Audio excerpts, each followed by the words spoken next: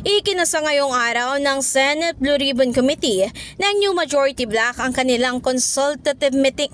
Ito'y para nga sa flood control controversy kung saan dinaluhan nito ng iba't ibang ahensya ng gobyerno, partikular na ng Office of the Ombudsman, DPWH, NBI at maging ng DOJ. Sa opening statement ng chairman nito na si Senator Erwin Tulfo, iginit nga niya na hindi raw legitimate at hausyaw kung matatawag ang nangyayaring flood control hearing nitong nakaraang Huwebes. Was conducted outside established Senate rules and institutional processes. Simply put, it was not a legitimate blue ribbon committee hearing. It was irregular, a house show, as you may want to call it, a make-believe investigation masquerading as an official Senate proceeding. Bago naman tuluyang makapag-opening statement, ang ibang senador ay nagkaroon ng roll call ang sekretariat ng komite kung saan lumabas na hindi nakatugon ang 18 maleta boys at maging si Attorney Levy Balikod sa kanilang imbitasyon. Nang magkaroon na ng pagkakataong makapagsalita naman si Senator Raffy Tulfo, sinabi niya na hindi raw dapat ex-Marines ang itawag sa 18 maleta boys kundi 18 kargador. Sino ba itong 18 kargador ng mga maleta? Saan ba sila galing?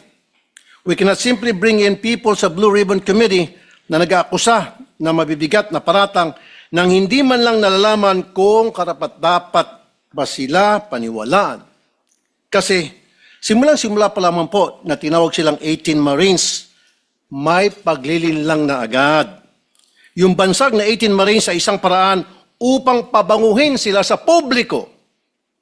Matik po kasi yan. Pag sinabing Marines, iba po ang respeto ng mga tao. Pero hindi naman po silang lahat ay dating Marines. At mahigit kalahati sa kanila ay discharged without honors or dishonorably discharged from service for various offenses. Ibig sabihin, palpak sila. Hinimok din niya ang bautisa na huwag daw magpapadala sa anumang pambubudol ng mga nagla-live selling. Remember, the devil can cite the scripture for his purpose. No more, no less. When Jesus went into the wilderness to pray, the devil tried to tempt him 3 times. But as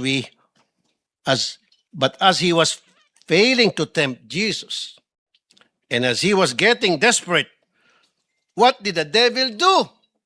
He quoted the scriptures from the book of Psalms. Huwag po tayo magpapadala sa mga mabubulaklak na mga pananalita dahil lang siya ay nagbabasa ng Biblia. Samantala, habang ongoing kanina ang consultative meeting, ay dumating ang 18 maleta boys sa Senado kung saan bumisita sila sa opisina ni Senator Robin Padilla. Ayon sa kanila, layunin daw ng kanilang pagbisita na mabigyang linaw sila hinggil sa imbitasyon na kanilang natanggap mula kay Senator Erwin.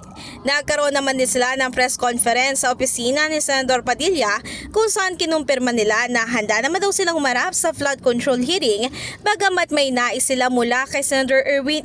Wala kaming ibang patutunguhan kundi kulong po eh.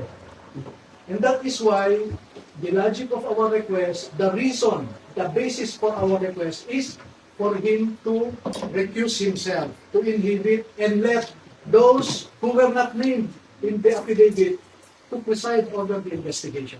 Sa kabilang banda, bilang hindi nga nakaabot kanina ang 18 maleta boys sa flood control hearing, ay tinayak naman ni Senator Erwin na iimbitahan nila ito muli. At ayon pa nga sa kanya ay handa rin daw siya mag-inhibit bilang presiding officer.